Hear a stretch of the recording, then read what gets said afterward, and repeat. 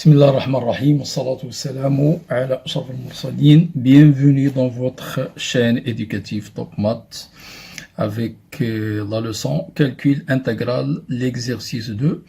Donc on va s'intéresser comment calculer de façon directe, autrement dit en utilisant une primitive directe, l'intégrale d'une fonction trigonométrique contenant le cosinus ou bien le sinus ou bien la tangente. Et bien sûr, comment calculer une intégrale contenant exponentielle. Donc, on va commencer bien sûr par le premier exercice, donc solution. Donc, le premier exercice, donc l'intégrale I1 est égale à l'intégrale de 0 à pi sur 2 de sin x cos x dx. Bien sûr, on va utiliser bien sûr toutes les méthodes qui existent. Donc, la première méthode, donc méthode 1. Donc, la méthode 1, donc on va se baser bien sûr sur la formule trigonométrique. Donc, on sait que sinus 2x en trigonométrie est égal à 2 sin x cos x, ce qui est équivalent bien sûr que 1 demi sinus 2x est égal à sin x cos x. Donc, on va remplacer sin x cos x par 1 demi. Donc, ceci implique que notre intégrale I1 est égale à l'intégrale de 0 à pi sur 2.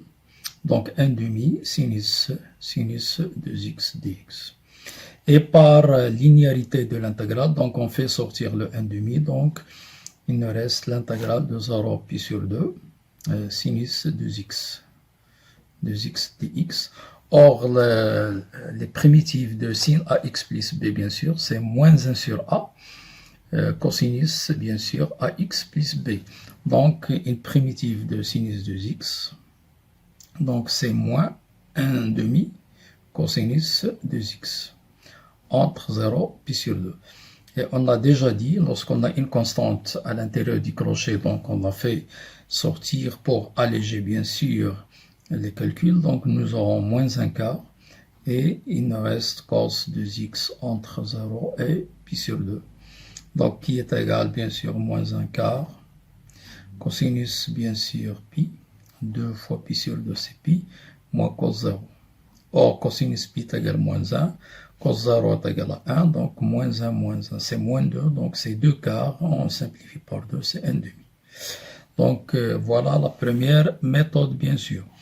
Maintenant, la méthode numéro 2, bien sûr, je vous conseille bien sûr de l'utiliser parce que, bien sûr, la méthode 1 fait appel à des formules trigonométriques et la plupart des formules trigonométriques sont oubliées par l'élève.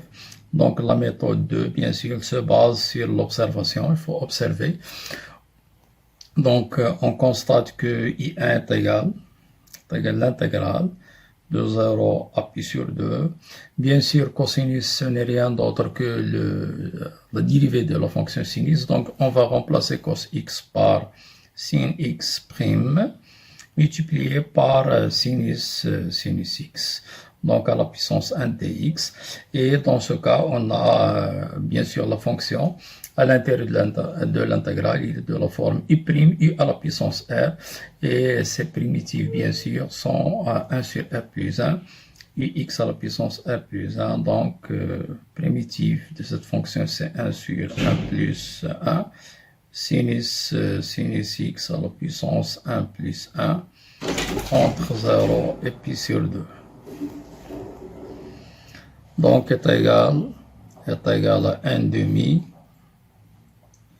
sinus au carré x entre 0 et pi sur 2, est égal à 1 demi, sinus pi sur 2 est égal à 1, bien sûr sinus 0 est égal à 0, donc nous aurons 1 demi, donc on constate qu'on a trouvé le même résultat. Maintenant on va passer au calcul de I2, donc toujours en se basant bien sûr sur la remarque. Donc, notre intégrale I2 de 0 pi sur 4, le sinus, c'est bien sûr moins cos x prime, puisque la dérivée de cosinus, c'est moins, donc cosinus au cube x dx, donc il est de la forme u' à la puissance 3. Donc, grâce à la linéarité de l'intégrale, on fait sortir le moins 1, donc c'est moins. Et la primitive de cos x prime cos au cube, donc égale 1 sur 3, plus 1 cos 3 plus 1, x entre 0 et pi sur 4. On fait sortir la constante, comme d'habitude. Donc, il nous reste cos à la puissance 4x, 0 pi sur 4. Donc, est égal à moins 1 quart. Cosinus pi sur 4, c'est racine de 2 sur 2 à la puissance 4, bien sûr, moins cosinus 0, moins 1 à la puissance 4, c'est-à-dire moins 1, est égal toujours moins 1 quart. Donc, racine de 2 à la puissance 4, c'est 2 au carré, autrement dit, c'est 4 sur 2 à la puissance 4 sur 16, moins 1, est égal moins 1 quart, bien sûr, 1 quart, moins 1.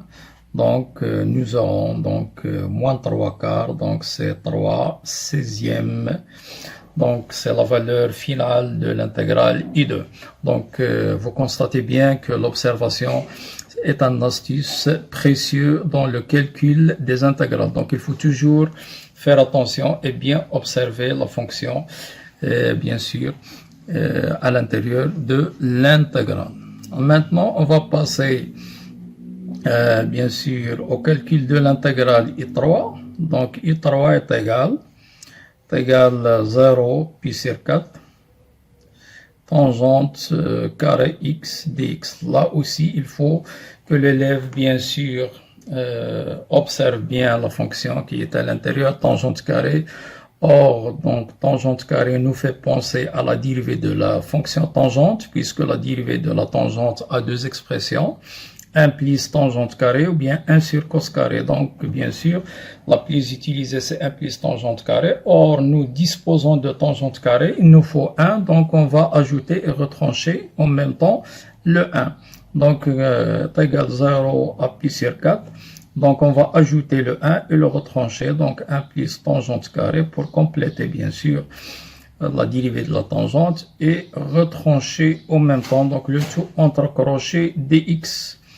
Donc, bien sûr, 1 plus tangente carré A pour primitive tangente x, puisque la dérivée de tangente est égale à 1 plus tangente carré, et la primitive de la constante moins 1, il suffit de la multiplier par x, autrement dit moins x, entre 0 et pi sur 4.